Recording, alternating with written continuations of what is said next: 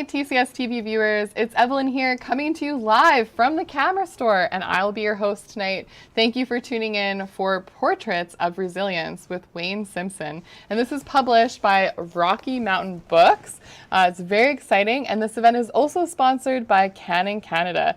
So they put together a special offer. So if you've registered for tonight's event, we will be sending you an email with a special offer that's on top of our last day of the cyber sale days for Canon on our website. So make sure you check out those deals if you're looking to purchase camera gear. And if you didn't register and you want to get in on it, you can also email me, evelyn@thecamerastore.com, and we can send you those Canon Canada offers directly. And there is a lot of work happening behind the scenes tonight. We have our TCSTV Live Dream Team, which is Drew, Chris, and Riley working tonight. And of course, the best thing that I love about live streams is the ability to connect with all of you. And that means you can ask questions, you can have comments, and I'll be monitoring the YouTube chat window for all of those questions. But if you're not logged into YouTube and you want to participate, you have a question, you can also email me and I'll be checking that as well. It's evelyn@thecamerastore.com. We also have Russell Brown from Canon Canada in the chat tonight. So if you have any gear-related questions at all for Canon, feel free to hit him up in the chat and he'll be watching that as well. But we'll be having a Q&A towards the end of the session with our guest tonight, Wayne Simpson. We'll be talking about his stories, his book. You can ask anything you want and we'll get to as many of those questions as we can. Of course, if you're just tuning in and you're not familiar with our guest tonight, Wayne Simpson is a professional photographer based in Ontario, and he tells meaningful stories through his portraiture, and he prides himself on being true to his subjects and combines his art and compassion together as one. And I just want to say, welcome, Wayne. Thank you so much for joining us, and congratulations on your first publication. Thank you so much. I'm excited about it. Yes, and I finally got my hands on a physical copy. We got our shipment of these books. We feel very fortunate to do so because they've been a little bit harder to come by across Canada lately, just with everything happening, floods in BC and whatnot. But we're so grateful that we're able to get some copies here at the camera store. Well, I'm thankful you have them there. Thank you so much for that. Yeah. Well, why don't you go ahead and let people know a little bit about yourself and what this book, Resilient, is all about. Sure. As Evelyn mentioned, I am a professional photographer living in Ontario. I'm in a little town called Elora. So this book has been about 3 years, I guess, in the making. And what it is basically is I've photographed all these people that I've just been drawn to for one reason or another. And I've kind of made it my mission in this book to tell their stories of resilience and kind of, I guess, weave them into this tool that we can sort of learn from in our own lives and kind of take notes and learn from what others have been through. So that's, I guess, the gist of it. You'll learn a little more as I speak here. So shall I jump into it? Yeah, that'd be wonderful. Thanks so much, Yeah, Wayne. okay. And we have actually, I should tell you, we have a quick comment here from Tiffinbox saying that you cut your beard off or trimmed it maybe. Oh, he's probably disappointed. Yeah. Oh, I trimmed it up moments ago. Fantastic. Okay, let me just share my screen quickly here. Bear with me for a moment. Okay.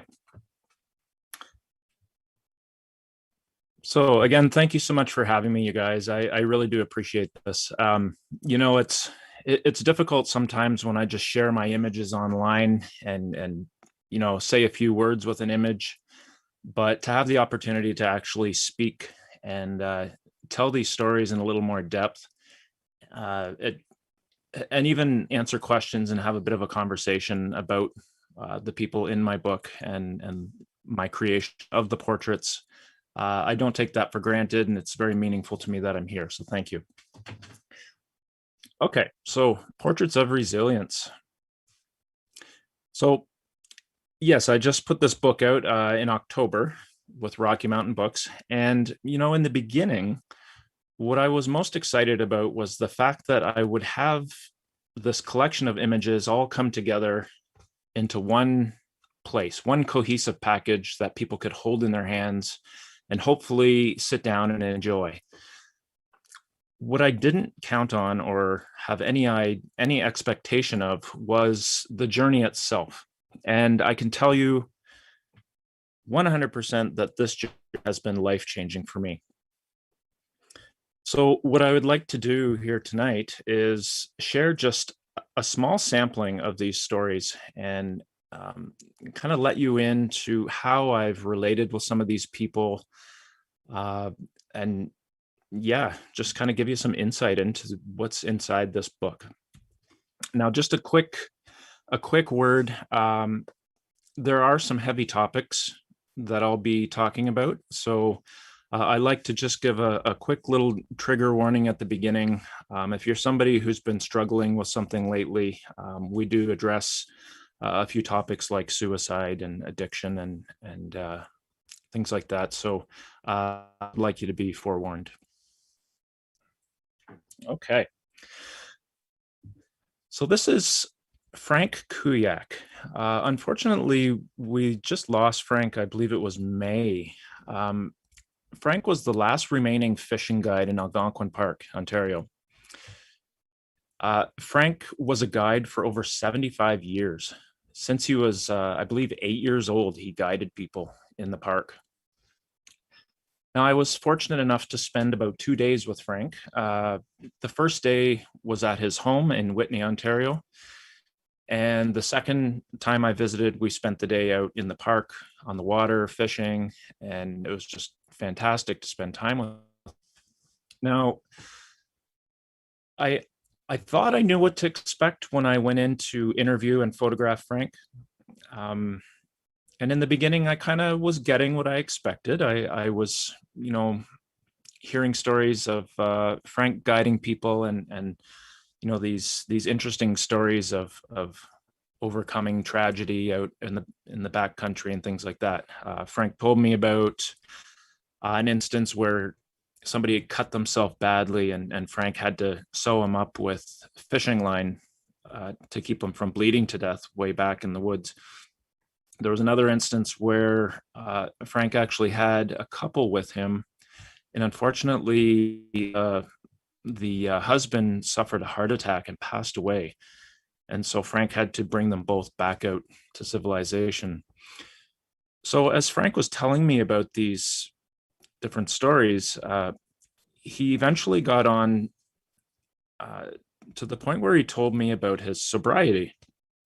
And when Frank started talking about his sobriety, he just lit up. I could see his eyes had this certain spark in them, and I could tell that he was extremely proud.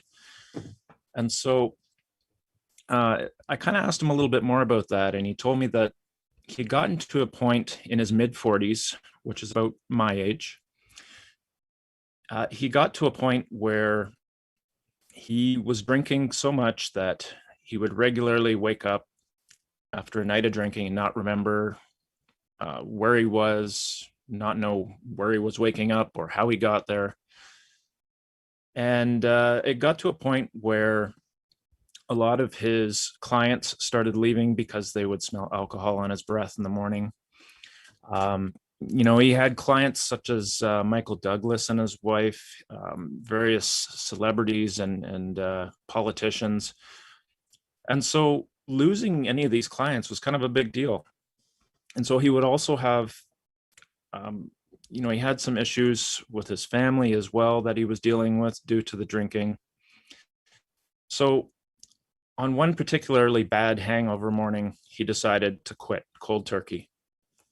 And he never touched another drink for the rest of his life. He totally redeemed himself, got his clients back. He repaired his relationships with his family. And he just totally reset. He redeemed himself. And I asked him what that felt like. What was the best part of that? And he said that it was like everything just got brighter.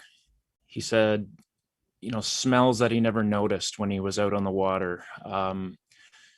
Different plants and wildlife and just all these things he really took for granted, never really noticed because he was just numb. Now, I'm guessing a lot of you, like myself, like to have a drink once in a while. And, if it's a particularly stressful day, I might have a couple of drinks. If it's a stressful week, I might have a couple of drinks, a couple of nights during that week. And you can see how that could go. Now, my family has a little bit of a history of alcoholism, and so I need to be careful, and I know that about myself. Getting to know Frank has really put that into perspective for me. Seeing Frank and hearing, where he was at before he quit drinking, and then seeing him at 84 years old, throwing a canoe up on his shoulders and portaging it alone. And, it was just inspiring to see what kind of shape he was in at that age and how well he was living. Right up to the end, he was the happiest man. He considered himself completely blessed, and his life was what he wanted. So I think of Frank often. This is Geraldine Robertson. Unfortunately, Geraldine has also passed on. It was about a little bit more than a year ago now. Geraldine is from the same reserve that I'm from, First Nation, which is just outside of Sarnia, Ontario. I never actually knew Geraldine until my mom told me about her and the fact that Geraldine was a residential school survivor.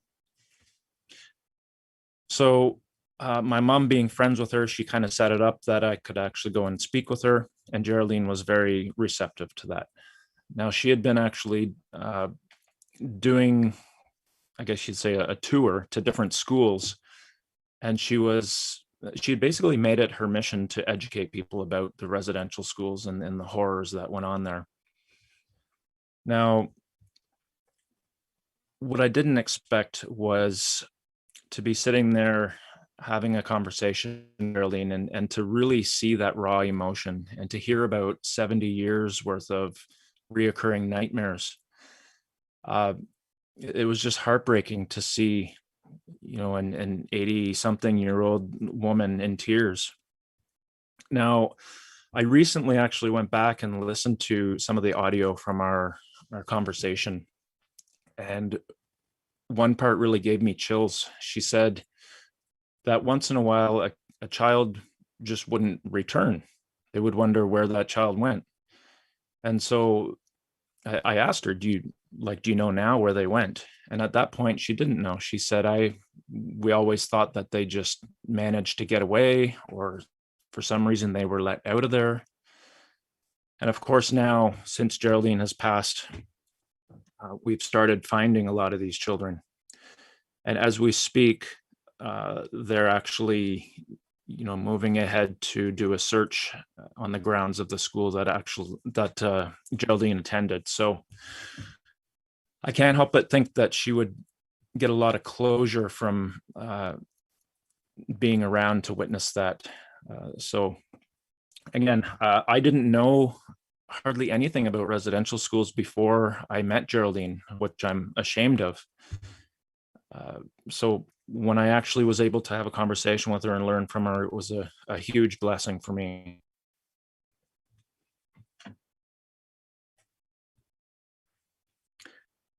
Okay, this is Tim Merten. Tim was a scenic artist in the film industry for about 20 years. He has his name on, I believe, about 40 feature films in the credits. That occupation got to be a bit much for him mentally. And so Tim actually, he went out on his own and started working alone as an artist. And he moved to Elora, so he lives where I live. Tim, as a teenager, struggled with his mental health, in particular, depression. And I've learned since meeting Tim that I believe it was 2013, he reached his all-time low. He said that he was at a point where he just didn't want to live anymore. And he actually started contemplating suicide, to the point where, thankfully, he went and looked for help. And so Tim went and he found some very good help. He was away for, I believe, 2 months. And what they worked on was teaching Tim to harness the full emotional spectrum in his work. So instead of hitting those lows and just being low, he's learned to use his work as a form of therapy. Now, I can relate a little bit to this. So in our household, my wife is the main breadwinner. I'm part-time, I'm a stay-at-home dad, but I'm also a photographer, obviously, and educator. So there were points where our young daughters would be at home over the summer. One point in particular really stands out to me. My one daughter was 3, my other daughter was 7. And I was having a really hard time with the youngest. She was just a real handful for me. And at this time, I was also kind of struggling personally and professionally, watching a lot of my peers kind of accomplish all these things and going off to these exotic places and putting out books and all this stuff. And I felt like I didn't have the opportunity or the space or, quite frankly, the energy to accomplish those things, but I knew that I was capable. And it just really, really frustrated me. So the two things kind of made this perfect storm, which I had a lot of trouble handling. My wife would actually come home from work and I would have been crying. Hiding from the kids and crying because I was just numb. I was just mentally, I had had enough. And my wife would come to the door. I wouldn't even say a word to her. I would walk past, get in the car, and I'd go straight to my studio. I'd pour myself a drink.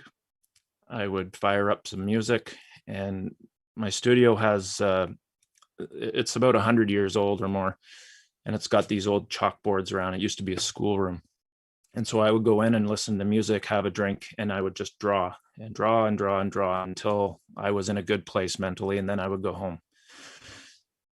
So getting to know Tim was a big deal for me. We visit regularly now, and he's just a fantastic person.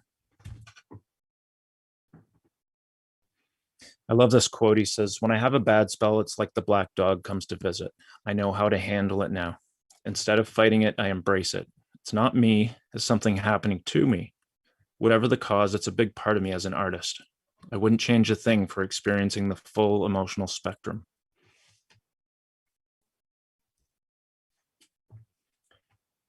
Okay, this is Leona Skye. I'm not going to have enough time to tell Leona's complete story. Obviously, it's in the book. Leona's interview and photo shoot that was the most difficult I've ever done. So Leona is a survivor of human trafficking. She has memories as early as the age of 4 being sexually abused, which is just horrific. Between the age of 4 and 11, she estimates about 40 men came and went from their family home and abused her. Her father would charge admission, cigarettes and alcohol for people to come through. Now, Leona tried to leave several times and kept being returned by the authorities, but eventually actually managed to get away and lived on the streets in Toronto for a while. She met some homeless people there and felt safe again, finally, until one evening she was at a hotel for some reason, and she was taken from behind, blindfolded, gagged, dragged into a room, stripped, and tied to a bed. Now, I don't need to go into all the detail, obviously, but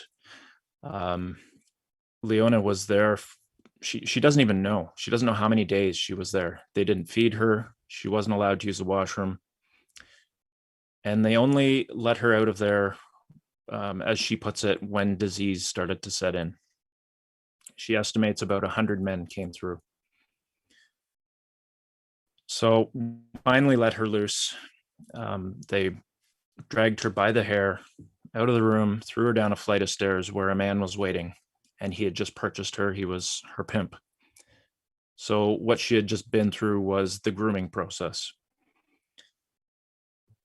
So this pimp forced Leona to use heroin. She became addicted, and she was forced to earn at least $1,000 a day, or he had threatened to kill her. So just horrific stuff. I took this image here when Leona was telling me about the guilt she's feeling. As a kid, she of course was just trying to survive in the house, and she was concentrating on her own well-being, her own survival, and she didn't think about the fact that her younger brother might be going through some of the same stuff. So right in this moment here, she's telling me about how guilty she feels now that she didn't help him, because she did find out that he had been through the same kind of stuff.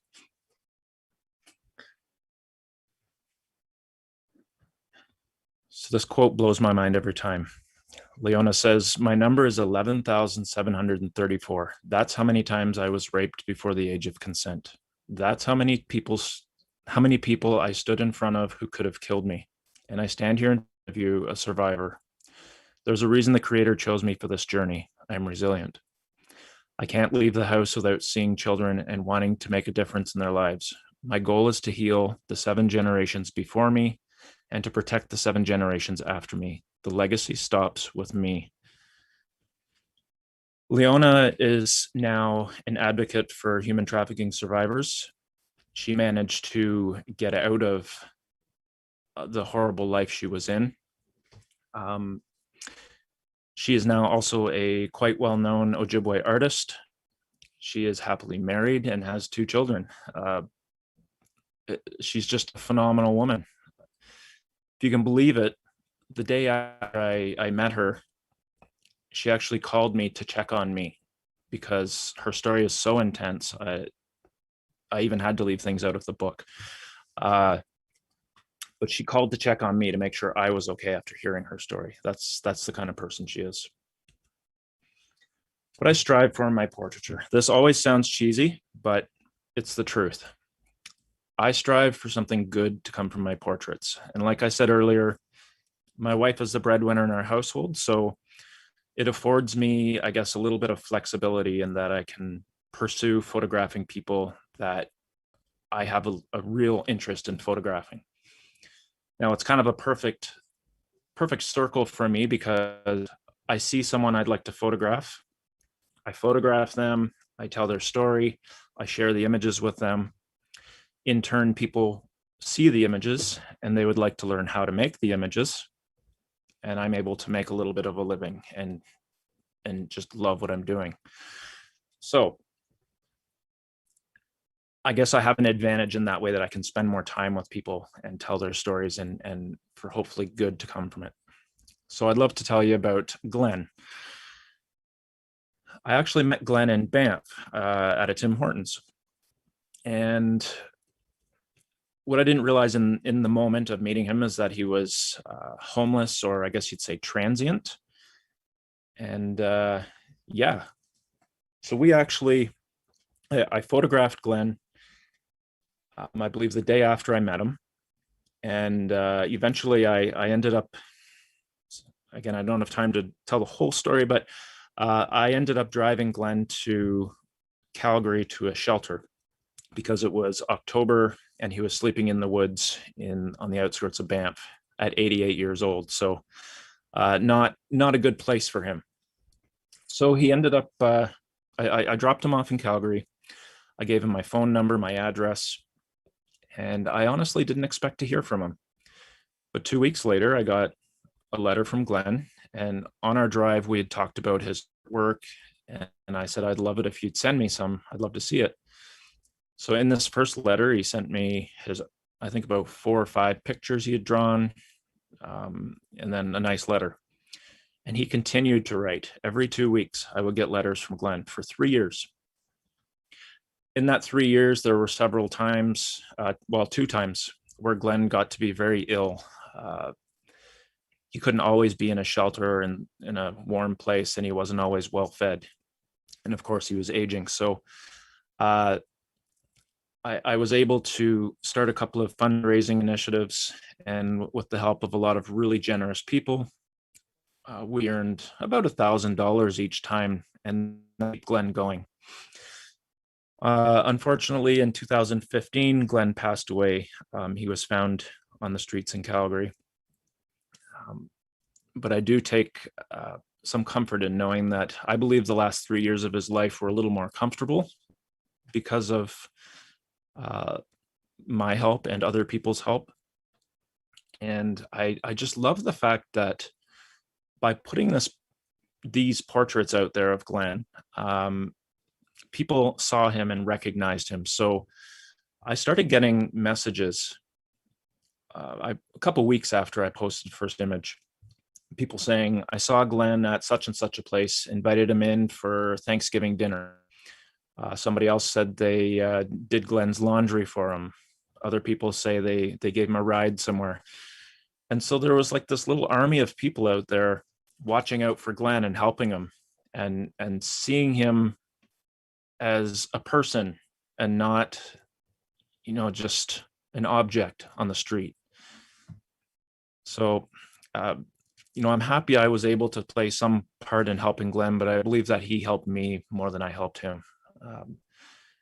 Getting to learn about him and see firsthand what homelessness is like, and just to learn to have compassion for somebody that is from a totally different walk of life than me. It was something that still affects me to this day.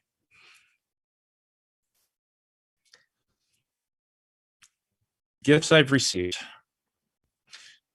Through this journey, again, I've learned about residential schools, the horrors of residential schools. I've learned about eating disorders. I've learned about human trafficking. I've learned about concussions in sports and how devastating that can be. I've learned about leaning into your culture to overcome unimaginable loss. I've learned what it might be like as a Black woman growing up in a predominantly white neighborhood. Learned about drug addiction, how a person gets to that point, how they might get out of it. I've learned about alcoholism. I've learned about suicide. Most importantly, I learned about my own mother. After asking all these people about their most intimate stories, their most vulnerable times and their resilience, I felt I'd be a real hypocrite not to deal with some things in my own life. And I was inspired by these people to learn about my own mother's past, which we had never talked about before that, and also learn why it was that she gave me up when I was 7 years old. My mom had been dealing with a lot of her own stuff, and what I learned was that she's stronger than I ever could have imagined. And I'm thankful that I made that move to actually get to know her better, because we are in such a better place now and our relationship has grown.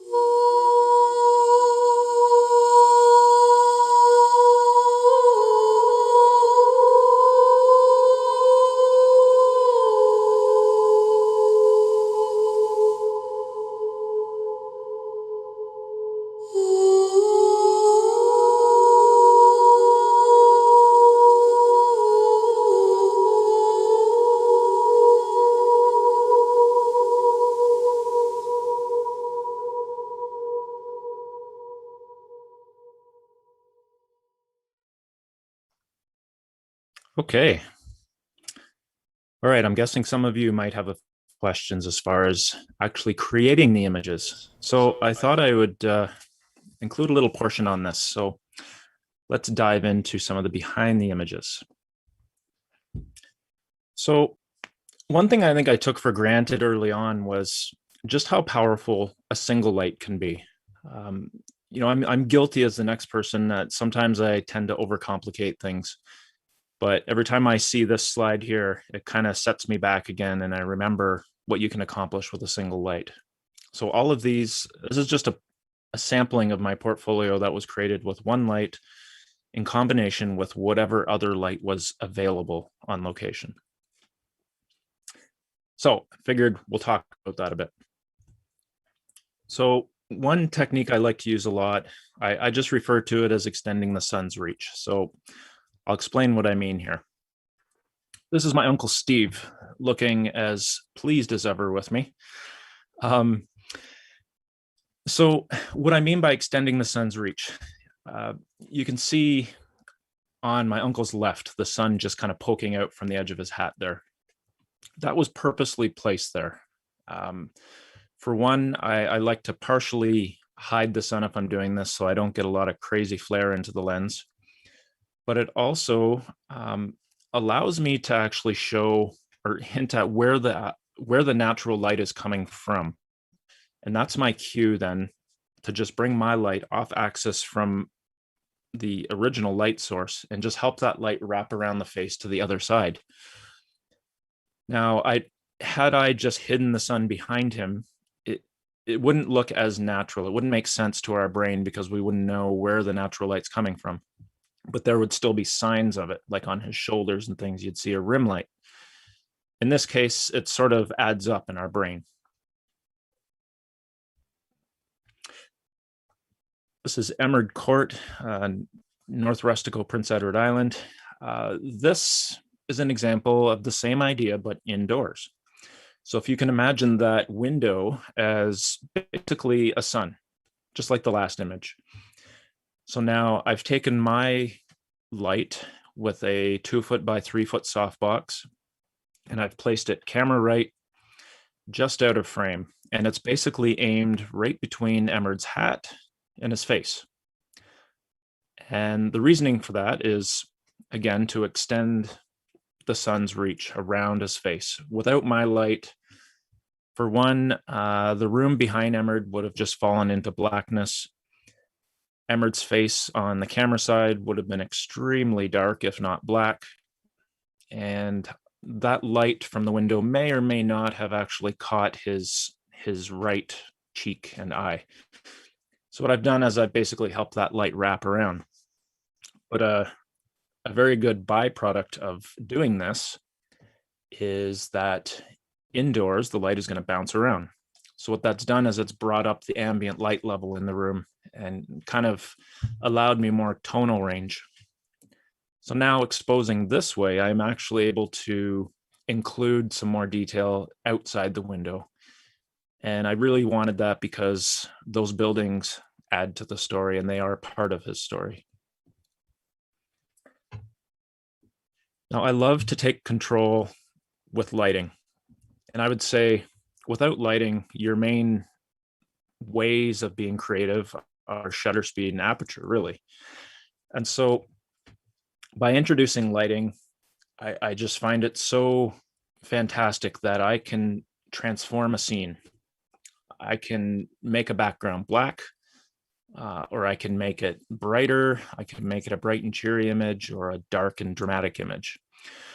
So this image here, again, my Uncle Steve, actually started from here.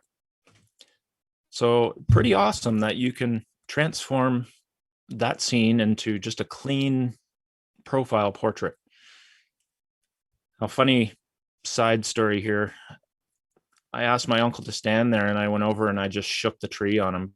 It wasn't snowing out and I needed snow on him. So he was not too happy with me. So here's another variation that I got from that same kind of scene. Apparently he wasn't actually supposed to have a gun at this point. I didn't ask any questions. So multiple lights. Now, again, I like to keep it simple whenever I can, but once in a while, multiple lights are helpful.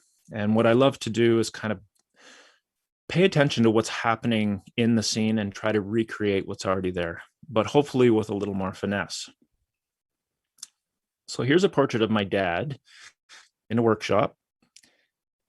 I'm going to walk you through this. Okay, so here's the base exposure for the window light. I wanted to include some detail out there, just give a sense of place, you know. But there's obvious problems here. The shadows are just super deep. My dad's back blends right into the room. And so the way my brain would work in a scenario like this is I would, again, look at the window light coming in, and that's a good starting point. If we think back to where I started with that shot of my uncle, I'm going to do the same thing.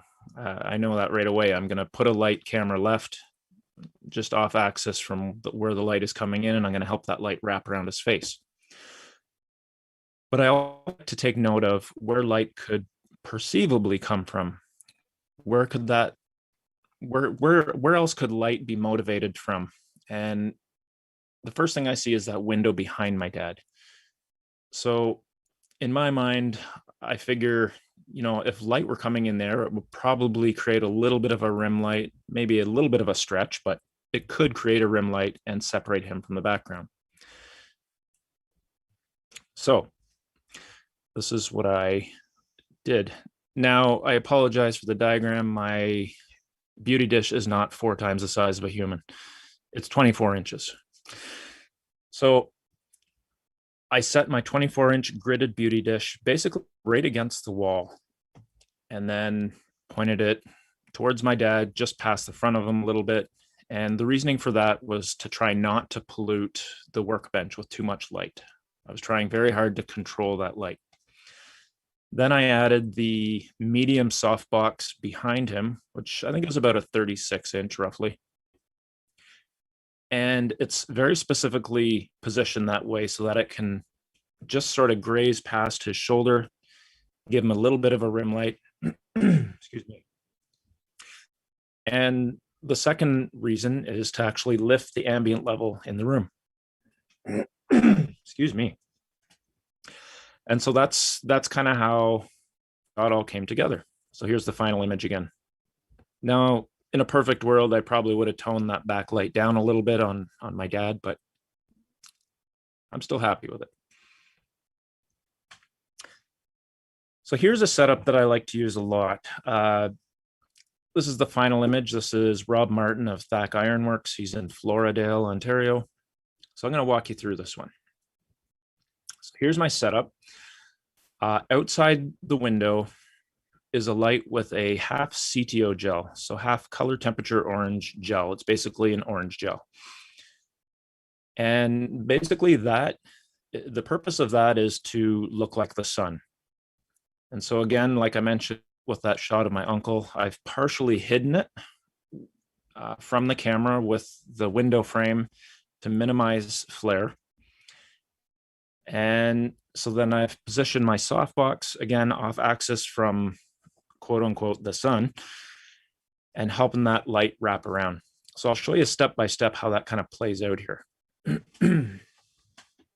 So here's my base exposure, exposing for the sparks and the fire, because they're basically like another character here. Next, I added the softbox on its own. So you see it's starting to get there a little bit. Now watch the difference when I go to the next one. And keep in mind, I haven't processed these differently other than a few touch-ups. But the backlight makes all the difference. So I'll just go back and forth a tiny bit here.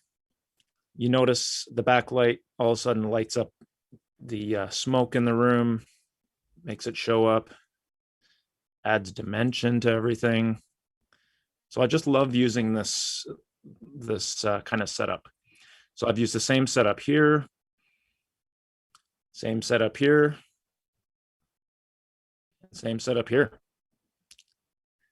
Now, the only variation is at times I will use a reflector on the shadow side or possibly a third light if I am able. but lots of times I just use the too light. Keep them looking. We all know that when we see a shot, there's a reason we keep looking at it. There's something that just grabs your attention and keeps you looking. And so for me, there's a few things here. For one, wind. I used to curse the wind. When I would do family portraits, the people would be all looking perfect with their hair just right, and the wind would mess it up and they'd be all upset. But I've learned to embrace it, and I actually love it. I would argue that this portrait wouldn't be nowhere near the same level without the wind. Atmosphere or smoke. I love in this kind of situation. Anytime there's fog or smoke, I'm there. I love to keep an eye on the skies, using dramatic skies and clouds and things in my compositions. I come from a landscape photography background originally, so it's kind of in my blood to just watch for those things, and it can add a lot. The relationship between the background and your subject as far as color goes. We all know that Afghan girl shot, and there's a reason it works so well. It's because her eyes are so green, and then there's that green behind her. They set each other off, kind of thing. So the same thing's going on here. By the way, that's a Tim Merten in the background. Layers. I could have easily photographed Ray here just without anything between us, and it would have fallen a little flat, I think. So doing something as simple as just holding a branch in front of my lens and strategically placing where the leaves and the branches are added so much depth to this, and I think it just made the shot. The relationship between your subject and the weather conditions. Again, I could have asked Manjeet to wait inside his store and called him out once I was all set up. But instead, I engaged him in conversation and setting up my equipment. And I was literally watching the snow build on his shoulders and on his head and adjusting how long it took me to put my stuff together accordingly, just because I knew that it would work so much better if he was covered in snow. And of course, emotion trumps everything. Anytime there's emotion, my focus could have been a little off here, or my composition a little off. But if the emotion's there, you're golden. People are going to keep looking.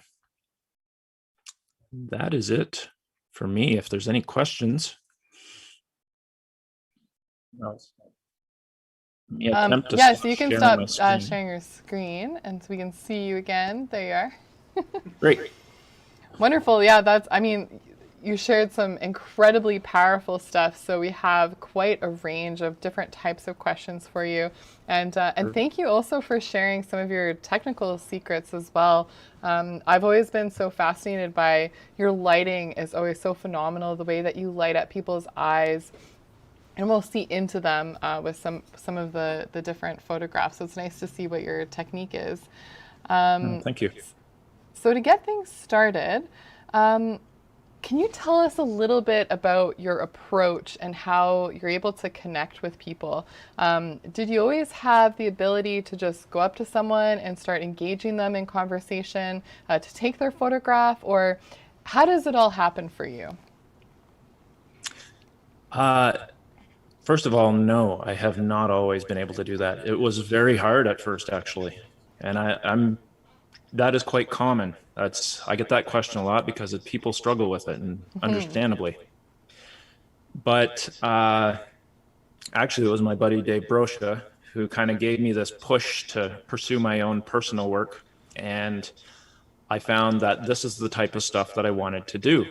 So the first person that I saw was a man named Grizz. He actually lived in Calgary. He passed away recently, unfortunately. I was faced with this opportunity, but I totally chickened out to ask him the first time, and I was kicking myself for it. Thankfully, I saw him a few weeks later, and I thought, what's the worst that could happen? Like, he'll say no, big deal. And so I was able to talk myself into it, and I did it, and thankfully it worked out. Um, yeah, I don't know that I have any real secrets around that other than I like to approach people. Um, I don't go with kind of an all-knowing photographer kind of approach. That's like the last thing I tell them basically. I just engage in conversation about the weather or whatever, and eventually up to it. And I make sure that they know I'm not trying to make money from them and that I'm just interested in photographing them because of the way they look, basically. And then I always have my phone with me and I show them some images and show them that I'm not a complete hack. And yeah, it usually works out. That's wonderful. And actually, a follow-up question to that from Natasha. Do you start by having a story in mind, or do your portraits reflect the person? Are they inspired by any images that you have in your mind? So like when you see someone, are you kind of building that composition, or does it kind of come after speaking with them for some time? In the early years, it I basically would see somebody and I think I must have had like this memory bank in my head of images that I would love to recreate kind of thing, like, images that I had seen in the past. So I think I had some influence there. And I was really influenced by basically how people would look and the way that they stood out to the world kind of thing. But that changed during the journey of the book. And mainly because I was kind of forced. I only had so many images, and I needed more material, and it forced me into this amazing place where, I started watching carefully for stories. And what I learned in the process is that right in my own backyard, there are people that I would say are regular people, and they just have phenomenal stories that we can all learn from. So that's kind of where the turn went. Absolutely. I think Now, I answered the question. yes, thank you. And I think early on in tonight's presentation, we did mention that Canon was sponsoring this event, and I just wanted to touch on something that you and I chatted about earlier, which is sort of how some of the technology has maybe changed how you've been able to interact with people, how it's changed your portraiture. Can you speak a little bit about what mirrorless technology, particularly with Canon, has done for you? Sure. Yeah, so actually, I believe, I'm just trying to think now. I think everything I've shown here tonight was shot with my original 1DX, which I was sad to see go because I love that camera. But I now shoot with the R5. And what has been game changing for me has been that eye tracking technology because, before I was so fixated on, chimping and making sure I got in focus and everything. And I just felt that I wasn't as engaged with my subject. Whereas now it's basically a given that I've got that eye in focus. So that's been huge. Yeah, you don't have to worry about that as much, that you know that it's going to get that hit rate for you. Yeah. That's Yeah. phenomenal. A lot of questions about your lighting. So I'm going to get to a few of them, and then I kind of want to get it back into some of the stories. But have you always just used lights and softboxes, or do you also integrate any other kind of modifiers like reflectors? This was a question from Hem. And also, can you talk about what kind of modifiers you use in your lights? Like, are you using grids, or like what style are you using there? Sure. So I guess you'd say my go-to setup is I have, I usually carry three Strobe Pro, what are they called? The X600 Pro, yeah, 600 watt second battery powered lights from Strobe Pro. I usually bring three of those. I'll have one with a softbox, which is more often than not is my 53-inch Elinchrom Octabox. Once in a while, I'll use the 39-inch Deep Octa. But if I need to really control the light and I need to use a gridded softbox for whatever situation, I use my Strobe Pro modifiers, usually a 2 foot by 3 foot with a grid. For the backlight that I talked about, I like to use just one of those, some people call them cans or reflectors, the metal reflector, the basic reflector. And I basically I just Velcro my gel over top of it, and that's my backlight usually. And then the third light comes in where once in a while I will have that fill light if I'm able to manage it alone, or I'll have a reflector there. That's kind of my go-to setup most times. But of course, I I'll bring like everything in the kitchen sink to a shoot because I don't know what I'm going to face. But Excellent. So, in regards to your book, what was it that made you decide to actually put together a publication, or was it something where you were approached? How did this actually happen for you? actually, I mean, I always sort of secretly thought it would be a great thing to do, but I never really put it out there. But it was when people started asking me, when are you going to do a book? And repeatedly asking me. And then Yeah, I got a tip from a friend that there may be a chance to fill a slot in Rocky Mountain Books schedule for books. I jumped all over that. So yeah, that's kind of wonderful. how it came to be. Yeah. Well, it's a very good choice. And of course, we carry a lot of books at the Camera Store from Rocky Mountain Book Publishing. And I think they did a phenomenal job with this. The print job looks fantastic. We were talking about even just from like the size and the feel of it. It's really great. And for those that are curious, we actually do have this book on sale for part of our cyber sale days. And we extended it to Saturday, December 4th. So you can get 20% off Wayne's book if you want to get yourself a copy. And we do ship all across Canada. So just a little plug for the book there. We'll Awesome. get the link to it in the comments again, as well as in the description. So make sure you do check that out. But yeah, I want to get back to some more questions just about the stories. So one of the stories that I found very striking was about Glenn early on in your presentation. And you talked about how your photographs actually helped sort of foster this army of people that surrounded him, invited him in for Thanksgiving, doing his laundry, things like that. And I guess what I'm curious about is how was he in terms of being receptive to sharing his story, some intimate details about his life? And then also, what was it like for him when people started to actually like come to his aid and like help him and show him that love and care? Um,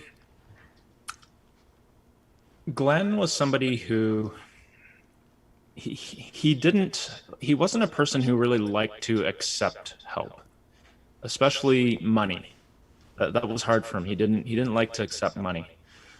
Um, that's why the first initiative that I kind of put into motion was actually selling his artwork.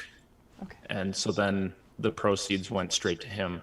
So it was something that was gratifying for him, but it was also helping him. So people weren't just giving him money. The second time was a little more dire. He needed help right away, and so I just went with a GoFundMe campaign. But um, Glenn, he was kind of a loner, really. Like only a few people really knew him, and so he was totally open to me sharing the portraits, sharing his artwork. And to be honest, I never got to know a whole lot about him, just little bits. Like, because he was transient, he would be in this place, that place. I know that he has a son out there somewhere that was adopted by somebody else. Um, yeah, other than that, I just knew that he had plans beyond, I think, what was reality. He wanted to start up a canning factory. He wanted to be an actor. Yeah, he had very high hopes and lofty dreams, and it was pretty cool to see. He was very young at heart. Yeah. So yeah, he didn't worry too much about people knowing things about him. I think he was just a quiet man. Now, you touched on a lot of very heavy topics, things that you said you found very personally difficult to hear, and some of them, like, you couldn't even really put in the book. Like, you had to kind of scale some of them back just because they are very traumatic situations. How do you deal with that in your own personal life when you've kind of become a witness to some of these stories? Do you find that you have to kind of compartmentalize your work, or do you are you pretty open about it in your day-to-day life? It has been rough at times for sure, and my wife would definitely agree with that. um, in the beginning, I think I attempted to do more than one story at a time. Like I would have several going at the same time, whereas uh, later on, I realized that was just too much mental strain on me and too much strain on my family because of the way I was being. And so I cut it down to just really concentrating on one story at a time. And that helped me a lot. Um, also got to a point where I started to realize when it was just a bit much for me. And so I would take a few steps back, take a day or two off, or whatever, and then take another run at it. There were times that were pretty disheartening. There was one man in particular that was local that uh, I played a part in helping him out through a pretty challenging time, and he appeared to be turning himself around, and things were going great. And then I saw him one night in a Tim Hortons, passed right out with food scraps all around him, reeking of alcohol. I couldn't even wake him up to give him a ride home, and my heart just because so many people had just done so much to try and help him, and then you see that happening. But it's human nature, right? And thankfully, he is in a good place now. He's doing amazing now. But there were a few moments like that were pretty hard to take. But again, I just take a few steps back and yeah, remember that none of it is personal, and these are human beings that have flaws, like all of us. Like all of us, yeah. Catherine wanted to know if there's any other photographers that inspire your work, or you mentioned Dave Brosha. Is there anyone else that kind of helped lead you on your path to what you're doing now? Yeah, as far as portraits go, Dave has definitely been a big influence. Um, Probably the most important one early on, I would say. Uh, Joey L has been a big influence. I love his style, his lighting, and everything. And he's very gutsy about the kind of subjects that he approaches and the people that he photographs. So I find that inspiring. Joe McNally, of course, he's just a master of light. Who else? Joel Grimes, especially some of his earlier stuff, or the things that are more like one or two lights, a little bit more raw. I really gravitate towards that stuff that he does. Yeah, that's a few. Awesome, thank you. Um, and I guess just again, getting back to your book, we had a couple questions from Alan. Just wondering if you could kind of give some descriptions of what to expect in the book, what kind of written pieces you have. Also was wondering if you had any information about like the technical aspects of the photographs in the book at all, or if it's just purely story based. Yeah, there are not. I talk more about my approach than I do anything technical in there. Sorry, I just went blank. What was the first part of that question? Just kind of what to expect in the book. Like, can you give sort of Oh, an yeah. idea of what, what kind of stories are in there, and what it all contains? Yeah, so I just kind of touched on it in the presentation there, but a lot of pretty heavy topics. That being said, the stories are told in a way that, at least I would say, they're spun to be more uplifting. If you get through the story and really take it to heart and I guess yeah, they all have kind of more of a positive spin in some way. There are, let me think here, 30 or 31 actual written stories or essays. And then there are 30 or 31 standalone images with quotes. So I've asked people, there's a lot of people that, you know, I wasn't quite to a point where they would open up to me and tell their whole story. So what I did was I presented them with a series of questions that really made them think deeply.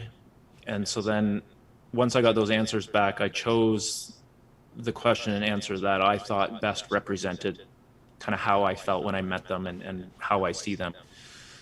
And so, yeah, there's 30 or 31 images with quotes like that. And so they're kind of dispersed to kind of break up the reading and give you a little break once in a while, but they all are sort of organized in roundabout themes. Excellent. And yeah, just to kind of touch a little bit more on when you're creating your images, how important is it to you to use certain focal lengths? Because a lot of your portraiture does involve a lot of your environment. So what kind of focal lengths are you using to achieve that? I regularly shoot anywhere between 24 millimeters all the way up to about 105. Of course, the lower end, or the wider end being when I want to include more environment, and then some of the extreme close-ups would be with 105. So, yeah. Excellent. And then there's the odd one, like with my Uncle Steve, there were a couple shots that were almost a little bit caricature-like. So those would have been like 24 millimeters with me pretty much right in his face. And I do that when a person's face will take it. You can't always do that. No, no, exactly. Natasha has another question. How do you encounter your subjects? Conceptual fine art, photojournalistic portraits is a very specific style. What are some of the ways that you find these clients? Do you find the story first? So in the beginning, it was all guided by me seeing people that I found interesting visually, and I would then pursue them and photograph them. Later on is when I started, I kind of flipped things. So in the beginning, I would see the person, photograph them, then I would learn the story, then it flipped. In the last 2 years, I guess, well, 3 years. Yeah, so there's some people I would hear about a story. You know, I might be in a coffee shop and I hear people talking, and I'll hear about a story and I'll find a way to get myself in there. Or what's one of them I found on the news, actually. It was a man that built a 10,000 square foot nuclear fallout shelter out of 42 buried school bus chassis. Oh my gosh. And so he built this amazing shelter, and then I learned that he lives like an hour from me.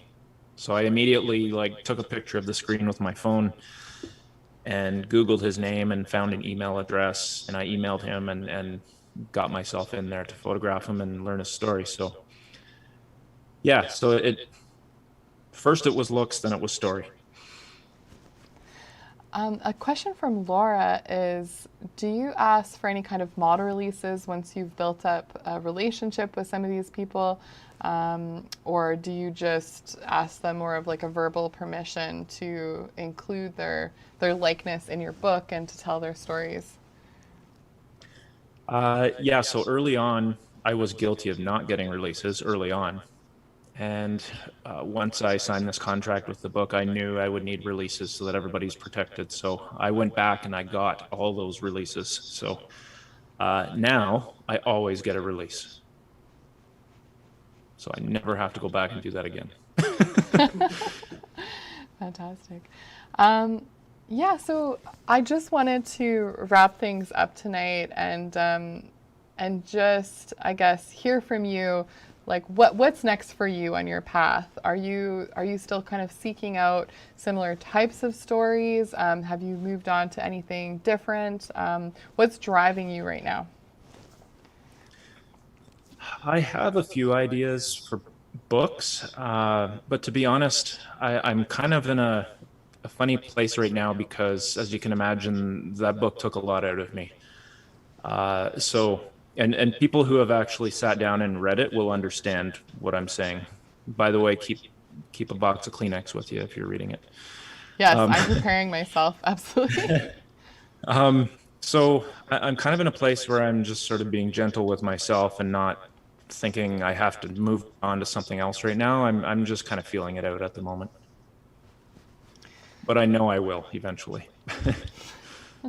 Wonderful. Well, Wayne, I just want to say thank you so much for coming on to TCSTV Live tonight to talk about your book, Resilient, The Portraiture of Wayne Simpson. This has been a phenomenal introduction to your book and hopefully to your work to some of our viewers tonight. And so thank you very much for coming on with us. Oh, thank you so much to you guys. Since the very beginning, when I started into photography, I shopped at the camera store.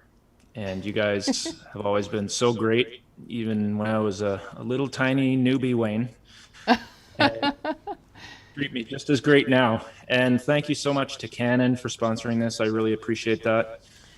Absolutely. Yeah, and to Russell Brown, who's been in the comments with us tonight answering a few questions. And of course, for those of you that did register, if you are thinking about making a Canon purchase, of course, you know, Wayne shoots with the Canon R5.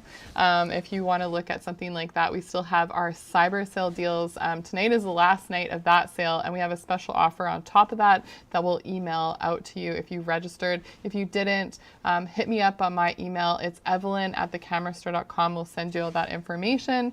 And of course, we have the book on sale as well until December 4th. So you can get yourself a copy shipped across Canada for 20% off. And of course, I have to say thank you so much to the TCSTV Live Dream Team for making all of this happen and keeping things running smoothly. It's always a challenge going live, but we appreciate all the work that they do. And of course, if you like what you saw, please make sure that you subscribe so you can get notified whenever we do go live, and hit that notification button as well. Otherwise, you can check up all of our upcoming events at thecamerastore.com under the events tab. And we hope to catch you all again very soon.